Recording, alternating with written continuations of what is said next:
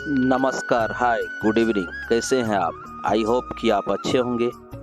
चलिए एक बार फिर आपको लिए चलते हैं कहानी की दुनिया में और आज सुनवाते हैं मुंशी प्रेमचंद जी का सुप्रसिद्ध कहानी सवा शेर गेहूं।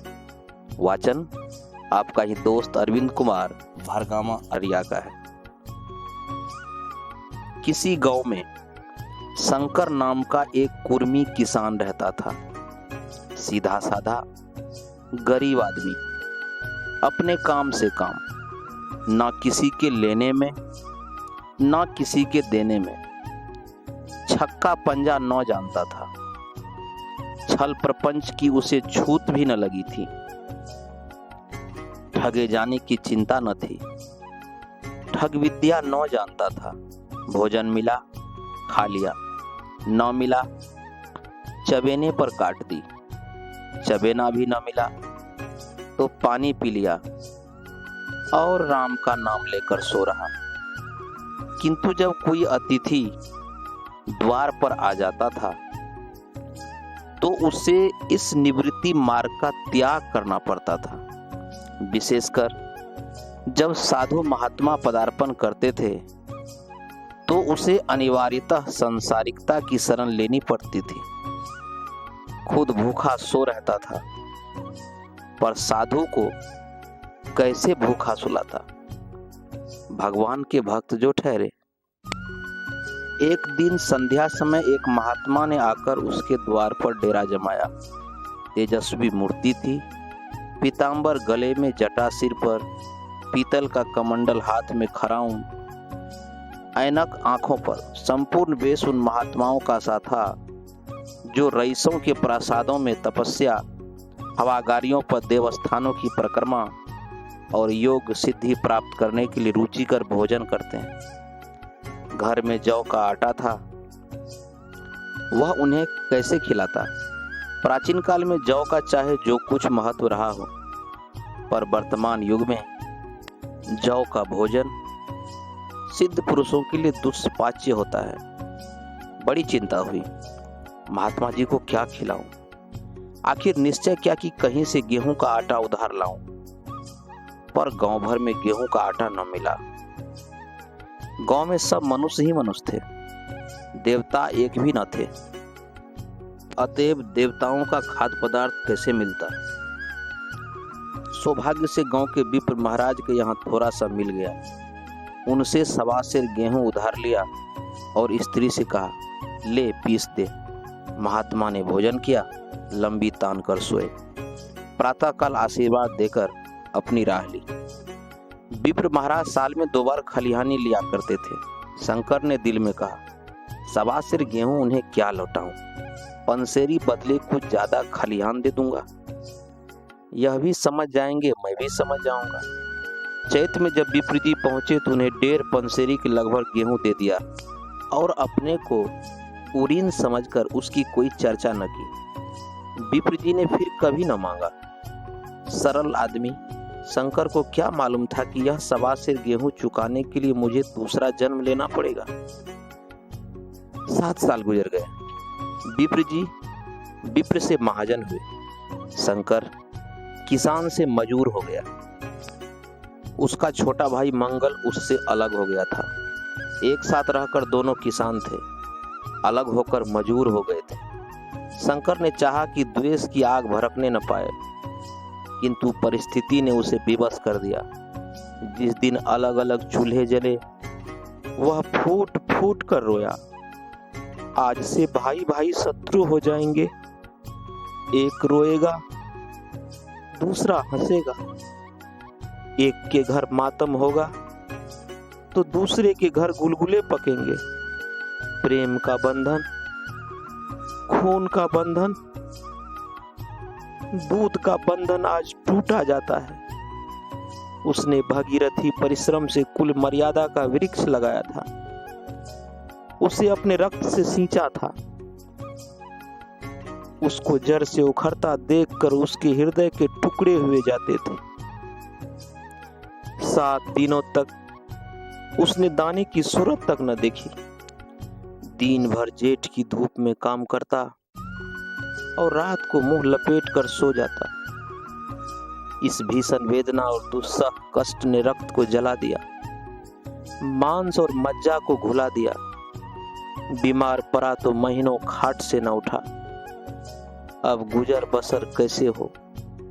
5 बीघे के आधे रह गए, एक बैल रह गया, खेती क्या खाक होती। अंत को यहाँ तक नौबत पहुंची कि खेती केवल मर्यादा रक्षा का साधन मात्र रह गई। जीविका का भार मजूरी पर आ गया। 7 वर्ष बीत गए। एक दिन शंकर मजूरी करके लौटा तो राह में विप्र जी मिले। विप्र जी ने टोक कर कहा, शंकर, कल आके अपने बीज बैंक का हिसाब कर ले। तेरे यहाँ 5.5 मन गेहूं कब के बाकी पड़े हुए हैं और तू देने का नाम नहीं लेता। हजम करने का मन है क्या? शंकर ने चकित होकर कहा, मैंने तुमसे कब गेहूं लिए थे जो 5.5 मन हो गए? तुम भूलते हो मेरे यहाँ किसी का छटाक भरना अनाज है, न 1 पैसा उधार। विप्र, इसी नियत का तो यह फल भोग रहे हो कि खाने को नहीं जुड़ता। यह कहकर विप्र जी ने उस 1.25 सेर गेहूं का जिक्र किया जो आज से 7 वर्ष पहले शंकर को दिए थे। शंकर सुनकर अवाक रह गया। ईश्वर, मैंने इन्हें कितनी बार खलिहानी दी, इन्होंने मेरा कौन सा काम किया? जब पोथी पत्र देखने, सगुन विचारने द्वार पर आते थे, कुछ न कुछ दक्षिणा ले ही जाते थे। इतना स्वार्थ, 1.25 सेर अनाज को अंडे की भांति सेव कर आज यह पिशाच खड़ा कर दिया जो मुझे निगल जाएगा। इतने दिनों में एक बार भी कह देते तो मैं गेहूं तौल कर दे देता। क्या इसी नियत से चुप साध बैठे रहे? बोला, महाराज, नाम लेकर तो मैंने उतना अनाज नहीं दिया, पर कई बार खलिहानों में सेर 2-2 सेर दिया। अब आप आज 5.5 मन मांगते हैं, मैं कहां से दूंगा? विप्र, लेखा जो बख्शीश सो। तुमने जो कुछ दिया होगा उसका कोई हिसाब नहीं। चाहे 1 की जगह 4 पसेरी दे दो, तुम्हारे नाम बही में 5.5 मन लिखा हुआ है, जिससे चाहे हिसाब करवा लो। दे दो तो तुम्हारा नाम छेक दूं, नहीं तो और भी बढ़ता रहेगा। शंकर, पांडे, क्या एक गरीब को सताते हो? मेरे खाने का ठिकाना नहीं, इतना गेहूं किसके घर से लाऊंगा? विप्र, जिसके घर से चाहे लाओ, मैं छटाक भर भी न छोड़ूंगा। यहां ना दोगे तो भगवान के घर तो देना पड़ेगा। शंकर कांप उठा। हम पढ़े लिखे आदमी होते तो कह देते, अच्छी बात है, ईश्वर के घर ही देंगे। वहां की तौल यहां से कुछ बड़ी तो ना होगी। कम से कम इसका कोई प्रमाण हमारे पास नहीं, फिर उसकी क्या चिंता। किंतु शंकर इतना तार्किक, इतना व्यवहार चतुर न था। एक तो ऋण, वह भी ब्राह्मण का, बही में नाम रह गया तो सीधे नरक में जाऊंगा। इस ख्याल से वह रोमांचित हो उठा।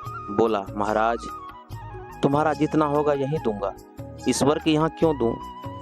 इस जन्म में तो ठोकर खा ही रहा, उस जन्म के लिए क्यों कांटे बोऊं? मगर यह कोई नियम नहीं है। तुमने राई का पर्वत बना दिया। ब्राह्मण हो के तुम्हें ऐसा नहीं करना चाहिए था। उसी घड़ी तगादा करके ले लिया होता तो आज मेरे सिर पर इतना बड़ा बोझ क्यों पड़ता? मैं तो दे दूंगा, लेकिन तुम्हें भगवान के यहाँ जवाब देना पड़ेगा। विप्र, वहां का डर तुम्हें होगा, मुझे क्यों होने लगा वहां का डर? वहां तो सब मेरे अपने भाई बंधु हैं, ऋषि मुनि सब तो ब्राह्मण ही है, देवता ब्राह्मण है, जो कुछ बन पड़ेगा वे लोग संभाल लेंगे। तो बताओ कब देते हो? शंकर, मेरे पास रखा तो है नहीं, किसी से मांग जांच कर लाऊंगा, तभी न दूंगा। विप्र, मैं यह न मानूंगा। 7 साल हो गए, अब एक दिन का भी मुलाहिजा न करूंगा।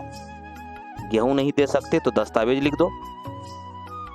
शंकर, मुझे तो देना है, चाहे गेहूं लो चाहे दस्तावेज लिखाओ। किस हिसाब से दाम रखोगे? विप्र, बाजार भाव 5 सेर का है, तुम्हें 5.25 सेर का काट दूंगा। शंकर, जब दे ही रहा हूं तो बाजार भाव काटूंगा, पाव भर छुरा कर क्यों दोषी बनूं? हिसाब लगाया तो गेहूं के दाम 60 हुए। 60 का दस्तावेज लिखा गया। 3 रुपए सैकड़े सूद। साल भर में न देने पर सूद की दर 2.5 रुपए सैकड़े 8 आने का स्टाम्प। दस्तावेज की तहरीर शंकर को ऊपर से देनी पड़ी। गांव भर में विप्र जी की निंदा की गई, लेकिन मुंह पर नहीं। महाजन से सभी का काम पड़ता है, उसके मुंह कौन आए? शंकर ने साल भर तक कठिन तपस्या की। मियाद के पहले रुपया अदा करने का उसने व्रत सा कर लिया। दोपहर को पहले भी चूल्हा न जलता था, चवेने पर बसर होती थी, अब वह भी बंद हुआ। केवल लड़के के लिए रात में रोटियां रख दी जाती। पैसे रोज का तंबाकू पी जाता था।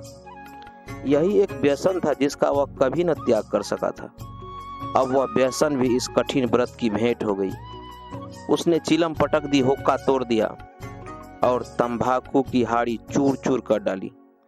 कब पहले भी त्याग चरम सीमा तक पहुंच चुके थे। अब वह प्रकृति की न्यूनतम रेखाओं में आबद्ध हो गए। शिशिर की अस्थि वेदक शीत को उसने आग ताप कर काट दिया। इस संकल्प का फल आशा से बढ़कर निकला। साल के अंत में उसके पास 60 रुपए जमा हो गए। उसने समझा, पंडित जी को इतने रुपए दे दूंगा और कहूंगा, महाराज बाकी रुपए भी जल्द ही आपके सामने हाजिर करूंगा। 15 रुपए की ही तो बात है, क्या पंडित जी इतना भी न मानेंगे? उसने रुपए लिए और ले जाकर पंडित जी के चरण कमलों पर अर्पण कर दिए। पंडित जी ने विस्मित होकर पूछा, किसी से उधार लिए क्या? शंकर, नहीं महाराज, आपके आशीष से अब की मजूरी अच्छी मिली। विप्र, लेकिन यह तो 60 रुपए ही है। शंकर, हाँ महाराज, इतने अभी ले लीजिए, बाकी मैं 2-3 महीने में दे दूंगा। मुझे उरीन कर दीजिए। विप्र, उरीन तो तभी जाके होगा ना जब मेरे पूरे पैसे मिलेंगे। शंकर, महाराज इतनी दया करो, अब सांझ की रोटियों का भी ठिकाना नहीं है। गांव में हूं तो कभी न कभी दे ही दूंगा। विप्र, मैं यह रोग नहीं पालता, न बहुत बातें करना जानता हूं। अगर मेरे पूरे रुपए न मिलेंगे तो आज से 3 रुपए सैकड़े का ब्याज लगेगा। अपने रुपए चाहे अपने घर में रखो, चाहे मेरे यहाँ छोड़ जाओ। शंकर, अच्छा, जितना लाया हूं उतना रख लीजिए, मैं जाता हूं। कहीं से 15 रुपए और लाने की फिक्र करता हूं। शंकर ने सारा गांव छान मारा, मगर किसी ने रुपए न दिए। इसलिए नहीं कि उसका विश्वास न था या किसी के पास रुपए न थे, बल्कि इसलिए कि पंडित जी के शिकार को छेड़ने की किसी की हिम्मत न थी। क्रिया के पश्चात प्रतिक्रिया नैसर्गिक नियम है। शंकर साल भर तक तपस्या करने पर भी जब ऋण से मुक्त होने में सफल न हो सका तो उसका संयम निराशा के रूप में परिणत हो गया। उसने समझ लिया कि जब इतना कष्ट सहने पर भी साल भर में 60 रुपए से अधिक न जमा कर सका तो अब और कौन सा उपाय जिसके द्वारा इसके दूने रुपए जमा हो। जब सिर पर ऋण का बोझ ही लादना है तो क्या मन भर का और क्या सवा मन का। उसका उत्साह छीन हो गया, मेहनत से घृणा हो गई। आशा उत्साह की जननी है, आशा में तेज है, बल है, जीवन है। आशा ही संसार की संचालक शक्ति है। शंकर आशाहीन होकर उदासीन हो गया। वह जरूरतें जिनको उसने साल भर तक टाल रखा था अब द्वार पर खड़ी होने वाली भिखारिनी न थी, बल्कि छाती पर सवार होने वाली पिशाचियां थी जो अपनी भेंट लिए बिना जान न छोड़ती। कपड़ों में चकतियों के लगने की भी एक सीमा होती है। अब शंकर को चिट्ठा मिला तो वह रुपए जमा न कर कभी कपड़े लाता, कभी खाने की कोई वस्तु। जहां पहले तमाकू ही पिया करता था अब वह गाजे और चरस का चस्का भी लेने लगा। उसे अब रुपए अदा करने की कोई चिंता न थी, मानो उसके ऊपर किसी का एक पैसा भी नहीं आता। पहले जूड़ी चढ़ी होती थी पर वह काम करने अवश्य जाता था, अब काम करने पर न जाने के लिए बहाना खोजा करता है। इस भांति 3 वर्ष निकल गए। विप्र जी महाराज ने एक बार भी तकाजा न किया। वह चतुर शिकारी की भांति अचूक निशाना लगाना चाहते थे। पहले से शिकार को चौंकाना उनकी नीति के विरुद्ध था। एक दिन पंडित जी ने शंकर को बुलाकर हिसाब किया। 60 रुपए जो जमा थे वह मिन्हा करने पर अब भी शंकर के जिम्मे 120 रुपए निकले। शंकर, इतने रुपए तो उसी जन्म में दूंगा, इस जन्म में नहीं हो सकते। विप्र, मैं इसी जन्म में लूंगा, मूल न सही, सूद तो देना ही पड़ेगा। शंकर, एक बैल है वह ले लीजिए, और मेरे पास रखा क्या है। विप्र, मुझे बैल बधिया लेकर क्या करना है, मुझे देने को तो तुम्हारे पास बहुत कुछ है। शंकर, और क्या महाराज। विप्र, कुछ है, तुम तो हो। आखिर तुम भी कहीं मजूरी करने जाते ही हो, मुझे भी खेती के लिए मजूर रखना ही पड़ता है। सूद में तुम हमारे यहाँ काम क्या करो, जब सुविधा हो मूल को दे देना। सच तो ये है कि अब तुम किसी दूसरी जगह काम करने नहीं जा सकते जब तक मेरे रुपए न चुका दो। तुम्हारे पास कोई जायदाद नहीं है, इतनी बड़ी गठरी में किस एतबार पर छोड़ दूं? कौन इसका जिम्मा लेगा कि तुम मुझे महीने महीने सूद देते जाओगे, और कहीं कमाकर जब तुम मुझे सूद भी न दे सकते तो मूल की कौन कहे। शंकर, महाराज, सूद में तो काम करूंगा और खाऊंगा क्या। विप्र, तुम्हारी घरवाली है, लड़के हैं, क्या वे हाथ पांव कटा के बैठेंगे। रहा मैं, तुम्हें आधा सेर जौ रोज कलेवा के लिए दे दिया करूंगा, ओढ़ने को साल में एक कम्बल पा जाओगे, एक मिर्जई भी बनवा दूंगा, और क्या चाहिए। यह सच है कि और लोग तुम्हें 6 आने देते हैं, लेकिन मुझे ऐसी गरज नहीं है, मैं जो तुम्हें रुपए भरने के लिए रखता हूँ। शंकर ने कुछ देर तक गहरी चिंता में पड़े रहने के बाद कहा, महाराज, यह तो जन्म भर की गुलामी हुई। विप्र, गुलामी समझो चाहे मजूरी समझो, मैं अपने रुपए भराए बिना तुमको कभी न छोड़ूंगा। तुम भागोगे तो तुम्हारा लड़का बढ़ेगा, हाँ, जब कोई न रहेगा तब की बात दूसरी है।